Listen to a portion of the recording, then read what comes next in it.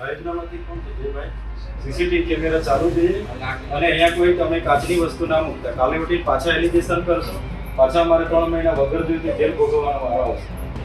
કેમ કે આયોજન છે, અમે તો બધા કહેવાના કે અમારા લોકોના કામ લો. એવી સામાન્ય બાબતોમાં પછી ખોટી ફરિયાદો છે ને અમારે એટલો ના બોલવાનો. બરાબર, એટલે મહેરબાની કરીને કોઈ પાણીના બોટલ પણ ના રાખતા, ગ્લાસ પણ ના રાખતા અને સીસીટીવી કેમેરા ચાલુ રાખો. એ તો સીસીટીવી કેમેરા અહીંયા ના હોય તો મીડિયા મિત્રોને આપણે અહીંયા તો તમામ લાઈવ ઉતારવાની પરવાનગી આપણે અપાવી દઈએ. આમ આદમી પાર્ટીના દેડિયાપાડાના ધારાસભ્ય ચૈતર વસાવા જેલની બહાર આવતાની સાથે જ હુંકાર કરી દીધો છે કે અમારી જનતા માટે અમારે જો લડવું પડશે, જે પણ જગ્યા ઉપર જઈને લડવું પડશે, મોરચો માંડવો પડશે તો અમે તૈયાર છીએ સરકારની સામે બાથ ભીડવા માટે. આજે જ્યારે તેઓ નર્મદા જિલ્લાની અંદર કલેક્ટર ઓફિસમાં જે સંકલન બેઠકનું આયોજન કરવામાં આવ્યું હતું ત્યાં પહોંચ્યા હતા અને બાદ બહાર આવી અને તેમણે પોતાની એક નવી રણનીતિ છે તે પણ લોકોની સામે મૂકી છે. નમસ્કાર, આપ જોઈ રહ્યા છો નિર્ભય ન્યૂઝ અને હું છું આપની સાથે રિદ્ધિ. ચૈતર વસાવા જેલમાં હતા ત્યારે સવાલ થતો હતો કે ચૈતર વસાવા જેલની બહાર આવતાની સાથે જ કેવો ધડાકો કરશે કે ભાઈ પોતાના લોકો માટે પ્રશ્ન છે તે સરકારની સામે રાખવાના છે. હવે ચૈતર વસાવાએ પોતાની રણનીતિ કહી દીધી છે અને એવું પણ કહી દેવામાં આવ્યું છે કે હવે સરકારની સામે જે જગ્યા ઉપર જઈને લડવું પડશે ત્યાં જઈને લડીશું, સરકારની સામે મોરચો માંડીશું અને જે અમારા કામ હજુ સુધી નથી થયા તે પણ અમે કરાવીને રહીશું. આ સાથે જ જે સરકારી ઓફિસની અંદર જે એમણે પાણીના ગ્લાસને લઈને જે વાત કરી છે તે પણ સાંભળવી છે, પણ ખાસ કરીને સરકારને જે ચેલેન્જ ફેંકી છે તે સૌથી પહેલા સાંભળીએ. સર, આજે જે નર્મદા કલેક્ટર કચેરી ખાતે જે એટીવીટીની બેઠક હતી એમાં શું મુદ્દાઓ પર ચર્ચા થઈ છે? સૌપ્રથમ તો આ મિટિંગમાં આવીને હું કલેક્ટર સાહેબને મળ્યો અને એમને કીધું કે જ્યાં પણ મિટિંગ થાય ત્યાં સીસીટીવી કેમેરા ચાલુ હોવા જોઈએ અને એક વ્યક્તિ લાઈવ રેકોર્ડિંગ કરનારો હોવો જોઈએ. બીજું કે અંદર કોઈ પણ કાચની વસ્તુ હોવી જોઈએ નહીં. કેમ કે આજે 13 કરોડ જેટલા FRAનું આયોજન હતું, 60 કરોડ ગુજરાત પેટર્નના યોજનાનું આયોજન હતું, જેને લઈને અમે બેઠા હતા. પણ આયોજનમાં કલેક્ટર સાહેબ અધ્યક્ષ હતા, એમને મેં રજૂઆત કરી છે. આયોજનમાં દર વર્ષની જેમ આ વર્ષે પણ બહારની એજન્સીઓ કોન્ટ્રાક્ટરોના બિનજરૂરી કામો મંજૂર કરી દેવામાં આવ્યા છે. અમારા જેવા ચૂંટાયેલા પ્રતિનિધિઓના કામો મંજૂર કરવામાં આવ્યા નથી, જેને લઈને અમે આજે કલેક્ટર સાહેબને 6 વાગ્યા સુધીમાં માહિતી આપવાનું સાહેબને કીધું છે. એટલે સાહેબે અમને કીધું કે 6 વાગ્યા સુધીમાં માહિતી આપવાના છે. બીજું કે મંગળવાર સુધીમાં પ્રભારી મંત્રીશ્રી અને એમની સાથે સંકલન કરીને જે પણ કામોનો સમાવેશ નથી થયો એ કામોનો સમાવેશ કરવા માટેની પણ બાહેધરી કલેક્ટર સાહેબ અને પ્રાયોજના અધિકારી સાહેબે અમને આપી છે. સર, એ જાણવા મળ્યું છે કે અગાઉ જે ગ્રાન્ટની ફાળવણી ડેડિયાપાડા તાલુકા માટે થઈ હતી એમાંથી વધારે પડતા પૈસાનો ઉપયોગ થયો નથી, એ રીતની વાત. હા, અમલીકરણ અધિકારીઓ જેઓ કામ પર ધ્યાન ન આપતા હોવાથી 2023-24, 24-25ની ગ્રાન્ટનું પણ આજે વપરાયેલી પડેલી છે. બીજું કે આજના જે આયોજનમાં પ્રથમ દ્રષ્ટિએ ધ્યાન પર આવેલું છે તે અમલીકરણ અધિકારીઓએ બહારના કોન્ટ્રાક્ટરોએ સાથે મળીને ચૂંટાયેલા પ્રતિનિધિઓને નજરઅંદાજ કરીને બારોબાર આયોજનો તૈયાર કરી દીધા છે. ગુજરાત પેટર્નનું આયોજન એ આદિવાસીઓના સર્વાંગી વિકાસ માટે ગુજરાત સરકાર આપતી હોય અને બિન આદિવાસી NGO કોન્ટ્રાક્ટરો આવું બારોબાર આયોજન કરી દેતા હોય એ અમે ક્યારેય ચલાવવાના નથી. સર, અગાઉ આપે કોઈ કામોની માંગણી કરી હોય આપણા મત વિસ્તારમાં અને તેનો સમાવેશ ના થયો હોય એવા કોઈ કામો ખરા? હા, અમે અગાઉની મિટિંગમાં ગુજરાત પેટર્નમાં જે માંગણી કરી હતી એમાં થોડા જ કામોનો સમાવેશ કરવામાં આવ્યો છે અને બીજા કોન્ટ્રાક્ટરો અને NGOના કામો લઈ લેવામાં આવ્યા છે.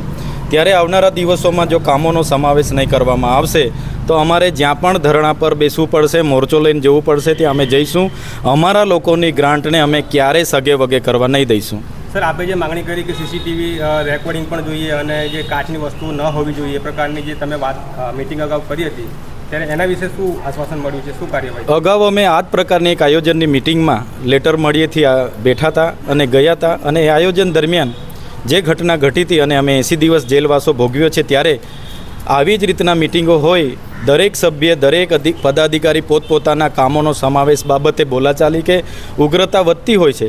ત્યારે જ્યાં પણ આ પ્રકારની મિટિંગ હોય ત્યાં CCTV કેમેરા ચાલુ હાલતમાં વિડીયો રેકોર્ડિંગ કરનાર માહિતી નિયામકના એક અધિકારી અને તમામ મીડિયાવાળાઓ ત્યાં હાજર રહે એ પ્રકારની મેં કલેક્ટર સાહેબને માંગ કરી હતી અને એમણે ત્યાં CCTV અને એક વિડીયો રેકોર્ડિંગ માટેના વ્યક્તિને ત્યાં મૂક્યા હતા.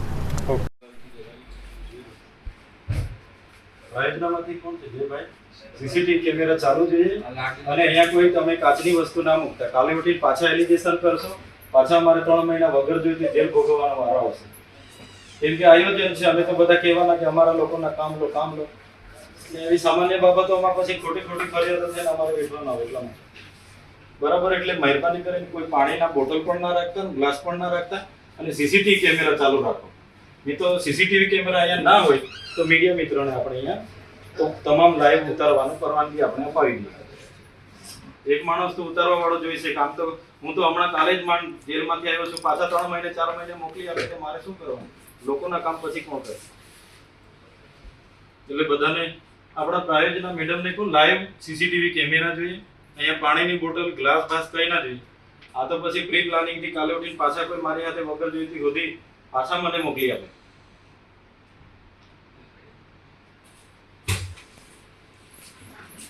એટલે તમને પહેલા કહી દેમ છું, એટલે પાછળથી એવું ના થાય કે ધારાસભ્ય અમને જાણ નથી કરી. આ તમને કીધું એટલે તમે જે પણ વિભાગની મીટિંગ છે, પ્રાઇવેટના વિભાગની, તમારા લેટરથી જ હું આવ્યો છું.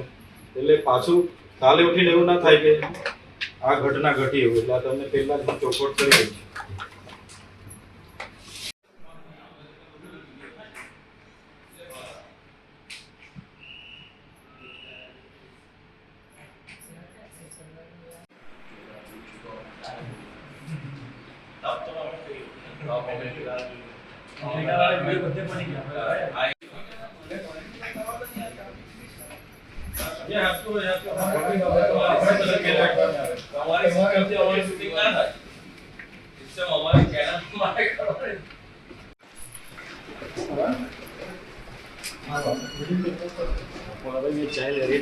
ગાડી પાછળ અને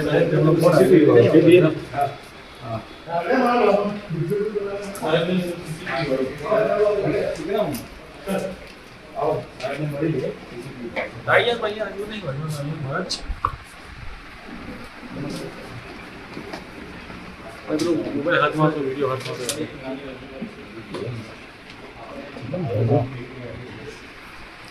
આઈ તો કરું હા હા હા હા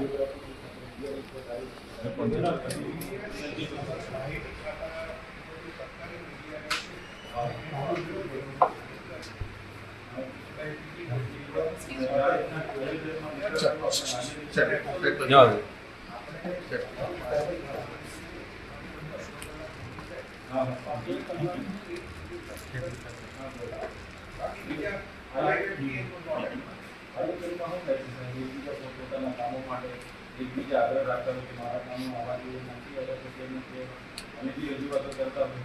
તો એક વખત મને સમજી છે કે મને શંકા છે કે આવા આયોજનમાં ફરી પણ આવી ઘટનાઓ ઘટે, અમારા ખોટા કેસોમાં જેલમાં મોકલવી પડે અને ખોટી વધારાની ગંભીરતાપૂર્વક ઘણા બધા એટલે આ જ વિનંતી. માહિતી કરતા જી સર, ધન્યવાદ.